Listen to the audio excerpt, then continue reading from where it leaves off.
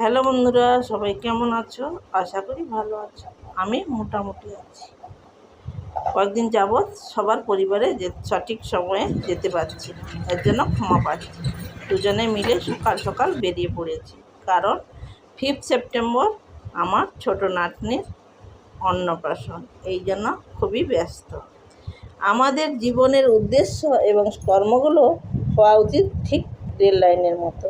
দুই পাশের লাইন যেমন সমান্তরাল থাকে, ঠিক সেইভাবেই উদ্দেশ্য ও কর্মগুলোও সমান্তরালভাবে রাখা উচিত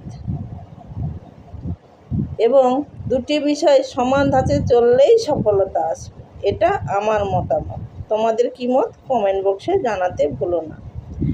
এই যে দোকানে চলে এলাম। দোকানে আমাদের যেহেতু লং ভিডিও বানাতে হয়, এই যে দেখো কত সুন্দর গোপাল ঠাকুর, কত সুন্দর সুন্দর সব ঠাকুর, বাসন কোসন দেখলেই মন ভরে যায়, তাই না? আর আমি গেছিলাম গণেশ চতুর্থীর আগের দিন। অনেকজন গণেশ ঠাকুরও কিনছে দেখলাম। আর আমার তো ছবি তুলতেও ভালো লাগে, আবার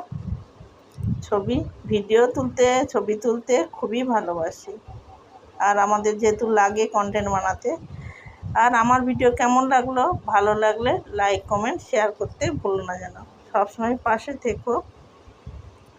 আমি কয়েকদিন যাবৎ একটু ব্যস্ত থাকবো বললাম। অন্নপ্রাশনটা চলে গেলে আমি ঠিক সময়ে সবার পরিবারে আবার পৌঁছতে পারবো। সবাই ওকে আশীর্বাদ করো। সবাই ভালো থেকো। আমার ভিডিও কেমন লাগলো, ভালো লাগলে লাইক কমেন্ট শেয়ার করতে ভুলো না। ইউটিউব থেকে দেখলে সাবস্ক্রাইব করতে